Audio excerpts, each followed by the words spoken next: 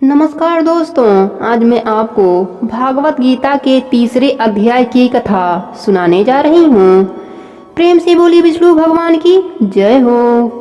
भगवान विष्णु ने लक्ष्मी जी से कहा, हे लक्ष्मी, अब मैं तुम्हें गीता के तीसरे अध्याय का महात्म सुनाता हूँ, ध्यान से सुनो। एक नगर में महामूर्ख तथा धन का लालची एक शूद्र रहता था। उसने तरह तरह के अनर्थ करके धन एकत्र किया था। अनर्थ और पाप कर्मों से कमाया गया धन ज्यादा दिन साथ नहीं देता।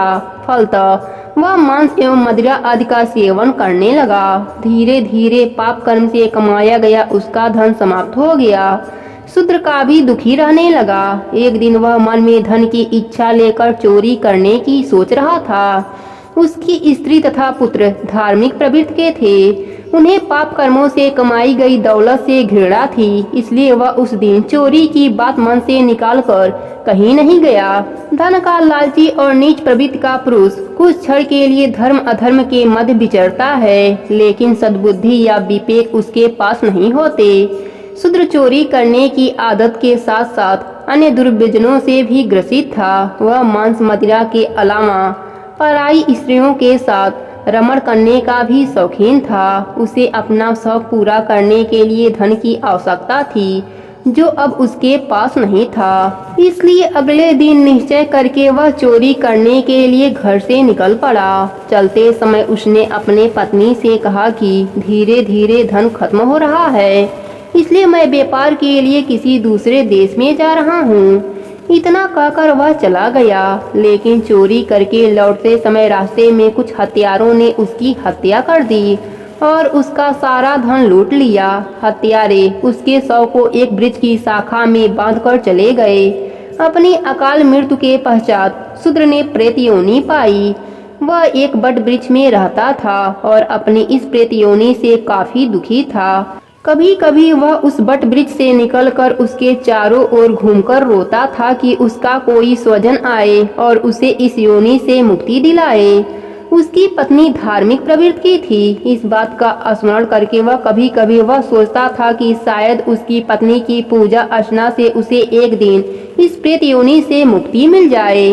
जब वह शूद्र चोरी करने गया था और उसकी हत्या हुई थी, उस समय उसका पुत्र काफी छोटा था। धीरे धीरे जब उसका पुत्र बड़ा हुआ तो वह भी माँ की तरह धर्म में आस्था रखने लगा। एक दिन उसने अपने माँ से पूछा, पिताजी क्या व्यापार करते थे और उनका देहांत कैसे हुआ? माँ ने दुखी मन से कहा, बेटे, तेरे पिता के पास काफी धन था, लेकिन घाटा होने के कारण उनका सारा धन जाता रहा। धन न होने के कारण वह काफी दुखी एवं चिंतित रहा करते थे। एक दिन वह धन के लालच में घर से निकले, लेकिन चोरों ने उन्हें मार डाला। पुत्र ने दुखी मन से पूछा, हे माते, क्या उनकी गति कराई थी? माँ ने बेबस स्वर में कहा, उस समय नहीं करा पाई थी। माँ के मन का दुख समझकर बेटे ने कहा, हे माता, उस समय तुम पिता की गति न करा सकी, कोई बात नहीं, अब मैं बड़ा और समर्थ हो गया हूँ। इसलिए पुत्र का कर्तव्य है कि पिता की मृत्यु के पश्चात वह उनकी गति का प्रयोजन करे और वह मोक्ष को प्राप्त हो सके। इसी में मेरा और मेरे कुल का उद्धार है। शूद्र पुत्र ने पंडितों से राय ली। उन्होंने कहा, तू गया जी जाकर उनकी गति करा, तभी तेरे पितरों का कल्याण होगा। शूद्र पुत्र अपनी माता से आज्ञा लेकर गया जी की ओर चल दिया। वह प्रयागराज में स्नान एवं दर्शन करके आगे चल पड़ा। काफी दूर चलने के पश्चात वह थक गया और एक छायादार वृक्ष के नीचे विश्राम के लिए रुका। वहां उसे भय प्रतीत होने लगा। यह वही बट वृक्ष था। वहां उसके पिता प्रेत योनि में भटक रहे थे। भयभीत होने पर क्षुद्र पुत्र ने गुरु मंत्र पढ़ा और अपने नियमानुसार गीता के तीसरे अध्याय का पाठ किया, जिसे प्रेत योनि में भटकते हुए उसके पिता ने भी सुना। गीता के तीसरे अध्याय के सुनते ही उसके पिता ने प्रेत योनि से मुक्ति होकर देव देह पाई। स्वर्ग से एक विमान उतरा और वह उस विमान पर सवार होकर पुत्र के सामने आए और उसे आशीर्वाद देते हुए कहा, हे सुपुत्र, मैं तेरा पिता हूँ, जो मृत्यु के बाद प्रेत योनि को प्राप्त हुआ था। तेरे द्वारा गीता के तीसरे अध्याय के पाठ से प्रेत योनि से मुक्त होकर मैंने देव देह पाई है। अब मेरा उद्धार हो गया है, मैं स्वर्ग लोक जा रहा हूँ। अब यदि तू गया जी जाना चाहे तो खुशी से जा, वहाँ जाकर भी तो तुझे मेरा उद्धार ही करना था। पिता की बात सुनकर पुत्र ने कहा, हे पिताश्री, मैं आपकी और क्या सेवा कर सकता हूँ, मुझे अपने सेवा करने का अवसर प्रदान करो। पुत्र के वचन सुनकर उस देवदेही पिता ने कहा, हे पुत्र, मेरी 7 पीढ़ियों तक के पितर नरक में पड़े हैं, वे बहुत दुखी हैं। अब तू गीता के 3रे अध्याय का पाठ करके उसका फल उन्हें दे, जिससे उनका भी कल्याण हो। इतना कहकर पिता स्वर्ग की ओर चला गया। तब उस सुत पुत्र ने वहां गीता के 3रे अध्याय का पाठ किया, जिसका पुण्य उसके सब पितरों को प्राप्त हुआ। वे नरक से निकलकर बैकुंठ धाम को चले गए। इस प्रकार नरकवासियों की संख्या कम होते देख यमदूत धर्मराज जी के पास गए और उनसे कहा, हे राजन, नरकवासियों की संख्या काफी घट रहा है। जो जन्म जन्मांतर के पापी थे उन्हें भी विमानों में बैठाकर ठाकुर जी के दूत ले गए हैं। यमदूतों के यह वचन सुनते ही धर्मराज भगवान विष्णु के पास गए। क्षीर सागर में से सैया पर विराजमान भगवान विष्णु की स्तुति करते हुए धर्मराज जी ने कहा, हे लक्ष्मीपति, जो प्राणी जन्म जन्मांतर से पापी थे और अपने कर्मों का फल नरक में भोग रहे थे, उन्हें आपके दूत विमानों द्वारा बैकुंठ ले गए हैं। नरक उजाड़ सा होने लगा है। अब हम नरक भोगने का दंड किसे दें और कैसे दें? कृपया हमारी समस्या का समाधान करें। धर्मराज जी के यह वचन सुनकर भगवान विष्णु मुस्कुराते हुए कहा, हे धर्मराज, जो प्राणी मेरा भक्त है अथवा जिसके कुल का कोई भी प्राणी गीता के 3रे अध्याय का प्रतिदिन पाठ करता है, वह बैकुंठ में जाने योग्य हो जाता है। यदि किसी के कुल का कोई भी प्राणी अपने पितरों के निमित्त गीता के 3रे अध्याय का पाठ करके उसका फल उन्हें समर्पित कर देता है, तो वह भी मेरे धाम बैकुंठ को प्राप्त होता है तथा उसका कल्याण होता है। हे धर्मराज, मेरा जो भी भक्त प्रतिदिन गीता के 3रे अध्याय का पाठ करता हो या सुनता हो, उस जीवात्मा को तुम कभी भी नरक की यातना मत देना। इसे मेरा आदेश समझो अथवा आज्ञा समझो।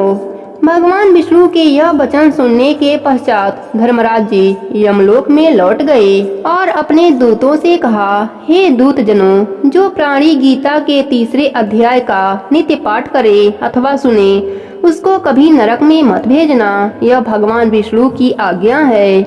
गीता के पाठ की महत्ता इतनी अधिक है कि पापी से पापी प्राणी भी मोक्ष प्राप्त कर लेता है। जो प्राणी नित्य गीता का पाठ करता है अथवा श्रवण करता है या उसका फल किसी अन्य को दे देता है, वह स्वर्ग भोगता है। गीता के 3रे अध्याय की कथा इतना बड़ा फल देता है, तो आइए हम सब भी सुनते हैं 3रे अध्याय की कथा। प्रेम से बोलिए विष्णु भगवान की जय हो। संजय ने धृतराष्ट्र को युद्ध भूमि का आगे का विवरण सुनाते हुए कहा, हे राजन, जब भगवान श्री कृष्ण अर्जुन को युद्ध करने हेतु धनुष बाण उठाने के लिए कह रहे थे, तब अर्जुन दुविधा में पड़ गया। एक ओर मोक्ष और कल्याण का मार्ग था तो दूसरी ओर युद्ध। वह बोला कि हे केशव, एक ओर आप ज्ञान का श्रेष्ठ बता रहे हैं तथा दूसरी ओर मुझे युद्ध करने के लिए भी प्रेरित कर रहे हैं। मुझे ज्ञान और युद्ध के दोराहे पर खड़ा करके मेरी बुद्धि को भ्रमित न कीजिए। कहाँ ब्रह्म ज्ञान और कहाँ युद्ध की विभीषिका, यह दोनों ही विपरीत दिशाएं हैं। मैं भ्रमित हो रहा हूँ। एक बात ही आप निश्चय करके कहें जिससे मेरा कल्याण हो। अर्जुन द्वारा ऐसा कहने पर भगवान श्री कृष्ण बोले, हे पार्थ, ब्रह्मा द्वारा रची गई इस सृष्टि में 2 प्रकार के प्राणी होते हैं। जो लोग ज्ञानी हैं उनकी निष्ठा ज्ञान योग में होती है और जो कर्मनिष्ठ हैं उनकी निष्ठा सदैव कर्म योग में होती है। हे अर्जुन, जो प्राणी कोई कर्म न करे और अपने आप को निष्काम सन्यासी समझे, यह उसकी भूल है। वह कोई सन्यासी नहीं है बल्कि अपने कर्म को भुला बैठा है। जिस देह में आत्मा है वह क्षण भर के लिए भी निष्कामी नहीं हो सकता।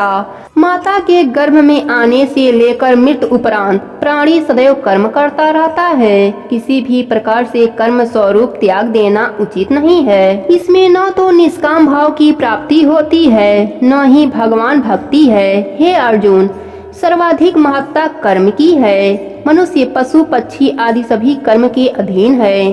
कर्म के बिना वे न तो जीवन निर्वाह कर सकते हैं और न ही किसी लक्ष्य की प्राप्ति कर सकते हैं।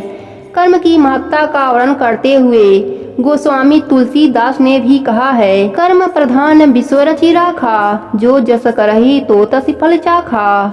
हे पार्थ, वे लोग मूर्ख और अज्ञानी हैं जो बलपूर्वक कर्मेंद्रियों को दमन करते हैं और मन में विषयों का चिंतन करते हैं। ऐसे पाखंडियों से तो वह प्राणी श्रेष्ठ है जो इंद्रियों से काम लेकर मन को निश्चल भाव से मुझ में लगाए रहते हैं। जिनका मन विषयों में भटका हुआ है और मात्र दिखावे के लिए आसन पर बैठकर मेरा ध्यान करते हैं, ऐसा ध्यान व्यर्थ है, ढोंग है। हे अर्जुन, कर्म को बंधन समझकर करना कोई बुद्धिमत्ता नहीं है। कर्म के बंधन में तो वही बंधता है जो मन की कामना से प्रेरित होकर कर्म करता है। अतः मन में फल प्राप्ति की इच्छा रखे बिना ईश्वर में हृदय से आस्था रखकर कर्म करो। यदि कर्म का त्याग करोगे तो पाप के भागीदार बनोगे। हे पार्थ, जब ब्रह्मा ने सृष्टि की रचना की थी तभी यज्ञादि सामग्री की भी रचना की थी और यह आदेश दिया था कि हे प्राणियों, इन सामग्री से महापुरुषों और भगवान की पूजा अर्चना करो। जो भगवान अंग रूप देवता हैं, उनका पूजन भी इन सामग्री से करो। मन को स्वच्छ और निस्वार्थ रखकर पूजा करने वाला व्यक्ति अवश्य ही मनवांछित फल की प्राप्ति करेगा। इस प्रकार सृष्टि के रचयिता ब्रह्मा की आज्ञा से प्राणी देवताओं का पूजन करने लगा और उनका कल्याण होने लगा। हे अर्जुन, देवताओं में हर कर्मयोगी प्राणियों को मनवांछित फल देने की सामर्थ्य है और उनका कल्याण भी देवताओं से ही संभव है। हे धनुर्धर, जो प्राणी देवता को अर्पण करने के पश्चात बचे हुए भोजन को उसका प्रसाद समझकर ग्रहण करता है, वही सच्चा भक्त वत्सल है। जो ऐसा नहीं करता वह देवता का चोर कहलाता है और पाप का भागी होता है। हे अर्जुन, वह पाप क्या होता है उसका श्रवण कर। जो मेरा स्मरण किए बगैर भोजन करता है वह पांव के नीचे दबाकर छोटे छोटे कीड़े मकोड़ों को मार देने के समान पाप करता है, वह पाप भोगी है। हे पार्थ, प्राणियों की उत्पत्ति अन्न से होती है। पुरुष द्वारा अन्न खाने से उसके शरीर में वीर्य बनता है और स्त्री द्वारा अन्न खाने से उसके शरीर में रज की उत्पत्ति होती है। रज और वीर्य के संपर्क से शरीर की रचना होती है। शरीर की उत्पत्ति अन्न से होती है और अन्न की उत्पत्ति मेघ से होती है। यज्ञ द्वारा मेघ आकाश में मंडराते हैं। यज्ञ करने की विधि वेदों और मंत्रों द्वारा जानी जाती है और वेद परम ब्रह्मा से उपजे हैं, इसलिए प्रतिदिन यज्ञ द्वारा सर्वव्यापी ब्रह्म पूजनीय हैं। ब्रह्म की पूजा अर्चना और यज्ञ द्वारा संसार का कल्याण होता है। वे प्राणी पाप के भागीदार हैं जो कल्याण रूपी पर ब्रह्मा को नहीं पूजते, केवल अपनी क्षुधा शांत करने के लिए भोजन बनाते और ग्रहण करते हैं। उनका तो जीवन ही निष्फल है। हे अर्जुन, संसार में ऐसे भी आत्मलोभी हैं जो आत्मा के लाभ को पाकर ही अपने आप को तृप्त समझ बैठे हैं। वे प्राणी आत्मनिष्ठ हैं, अर्थात जिनकी केवल आत्मा से ही प्रीति है। उनके लिए कोई भी कर्म करना शेष नहीं रहता। यदि वे कोई कर्म करते भी हैं तो लोक हित के लिए ही करते हैं। आत्मनिष्ठ अथवा आत्मज्ञाता की सृष्टि की अन्य जीवों से किसी भी प्रकार का कोई प्रयोजन नहीं रखता। इसलिए हे अर्जुन, तुम भी प्रतिदिन आसक्ति रहित कर्म करो। आसक्ति रहित कर्म से ही परम तत्व की प्राप्ति होती है। हे अर्जुन, राजा जनक आदि से लेकर बहुत से प्राणी सिद्धि अवस्था को प्राप्त हुए हैं। उन्होंने आसक्ति रहित कर्म के द्वारा ही अपना कल्याण किया। इसलिए हे पार्थ, तुम्हारे लिए भी कर्म करना ही शोभनीय है। यह सर्वविदित है कि श्रेष्ठ पुरुषों के आचरण का ही अन्य लोग भी अनुसरण करते हैं। जिन आदर्शों की स्थापना श्रेष्ठ पुरुष करते हैं वही आदर्श भावी पीढ़ी के लिए कल्याणकारी सिद्ध होते हैं। हे कुंती पुत्र, तीनों लोकों में मेरे करने योग्य कोई कर्म नहीं है। यदि मैं सद्कर्म करूंगा तो कोई पुण्य नहीं होगा और यदि नहीं करूंगा तो कोई पाप नहीं होगा। फिर भी मैं संसार के कल्याण के लिए स्नान, संध्या, गायत्री, तर्पण आदि करता हूँ। गाय और ब्राह्मण जनों को पूजनीय मानता हूँ तथा माता पिता की सेवा करना अपना कर्तव्य समझता हूँ। इन सब के अतिरिक्त भी अन्य शुभ कर्म करता रहता हूँ, केवल इसलिए कि मेरी प्रेरणा पाकर संसार लोग भी सत्कर्म करे।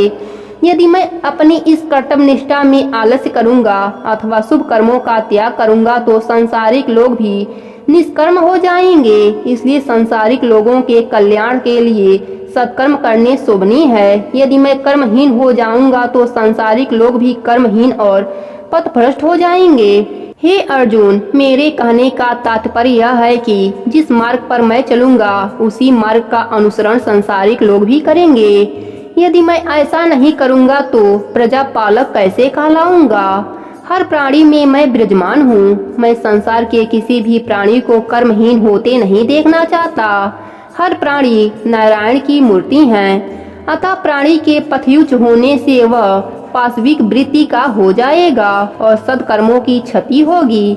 इसलिए मैं सत्कर्म करता हूँ। हे अर्जुन, आसक्ति रहित ज्ञानी को भी आसक्त प्राणियों की भांति लोकहित के निर्मित कर्म करते रहना चाहिए। विवेकी प्राणी चाहे सिद्ध अवस्था को ही क्यों न प्राप्त हो जाए, तब भी उसका यह कर्तव्य है कि लोगों के कल्याण के निमित्त सत्कर्मों का त्याग न करे। वह अपनी बुद्धि तथा विवेक से सिद्ध अवस्था को प्राप्त होने का प्रयास करे, सत्कर्मों की कदापि निंदा न करे। हर प्राणी सिद्धि अवस्था को प्राप्त नहीं होता, अतः जो प्राणी सिद्ध अवस्था को प्राप्त हुए हैं वे अन्य संसारिक लोगों को सत्कर्मों से भ्रष्ट न करें। यह मेरा आदेश है। जिन प्राणियों के बुरे अथवा भले कर्म होते हैं वे यह सांसारिक इंद्रियों, मोह माया तथा प्रकृति से उत्पन्न होते हैं। उनके हर कर्म अथवा कार्य उनके स्वभाव अनुसार ही होते हैं।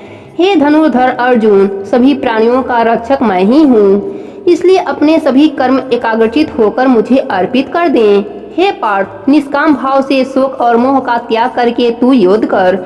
जितनी भी देहधारी आत्माएं हैं उन सबका ठाकुर अथवा प्रभु मैं ही हूँ, इसलिए मेरा नाम अध्यात्म है। सबकी आत्मा का अधिकारी मैं स्वयं हूँ। हे अर्जुन, प्राणी को राग द्वेष के वशीभूत कदापि नहीं होना चाहिए। अपनी ही आत्मा में लीन रहते हुए कर्म करने चाहिए, क्योंकि राग द्वेष मोक्ष मार्ग से सबसे बड़े शत्रु हैं। हे पार्थ, मैं जगत पालन हूँ, अतः तू अपने मन में उत्पन्न हर शोक को मुझे अर्पण कर दो और निराश मत हो, क्योंकि निराश ही योद्धा की सबसे बड़ी शत्रु है। किसी फल की आशा अपने मन में मत पाल। दिल से और चिंता और मोह ममता को त्याग कर युद्ध कर। जो प्राणी मेरे इन मार्ग की निंदा करते हैं या उस मार्ग की दिशा नहीं स्वीकारते वे अज्ञानी, अंधविश्वासी और मूर्ख हैं। हे अर्जुन, जैसे प्रकृति ने प्राणी के अंदर माया को उत्पन्न किया है वैसे ही उसके कर्म होते हैं। प्रत्येक प्राणी स्वभाव के बस में है, यह स्वयं अपने बस में नहीं है। यह बात गहराई से समझकर किसी को भला अथवा बुरा कहना भी पाप के समान है। भगवान श्री कृष्ण के ज्ञान उपदेश को सुनने के पश्चात अर्जुन ने पूछा, हे केशव, संसार का हर प्राणी इस बात से भली भांति परिचित है कि पाप कर्म दुखों के जन्मदाता है, फिर भी वे पाप कर्म करते हैं। ऐसा वह किस कारण बस करते हैं? अर्जुन के इस प्रश्न का उत्तर देते हुए भगवान श्री कृष्ण ने कहा, हे कुंती पुत्र, काम अथवा क्रोध की उत्पत्ति रजोगुण से होती है।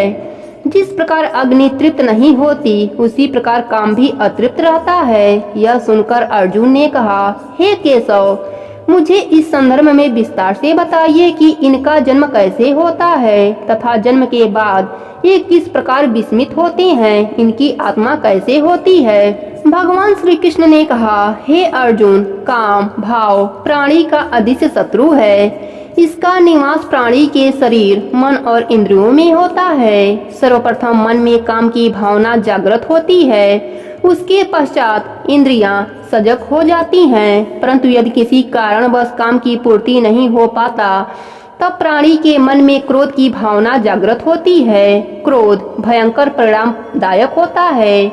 मनुष्य क्रोध के कारण और उसका परिणाम जाने बिना ही दुष्कर्म कर बैठता है। हे कुंती पुत्र अर्जुन, काम और क्रोध ही प्राणी को भ्रमित करते हैं, जिसके फलस्वरूप वह बड़े से बड़ा दुख भोगता है। अब मैं काम, क्रोध और मोह का विस्तार से वर्णन करता हूँ। स्त्री का साथ पाकर प्राणी काफी खुश होता है। उसका संग पाकर उसे संतान की प्राप्ति होती है।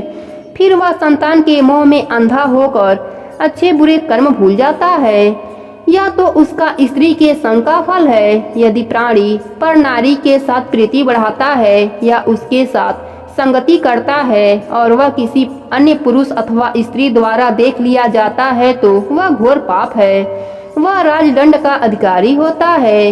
इस प्रकार उसका यह लोक तो बिगड़ता ही है, परलोक भी बिगड़ जाता है।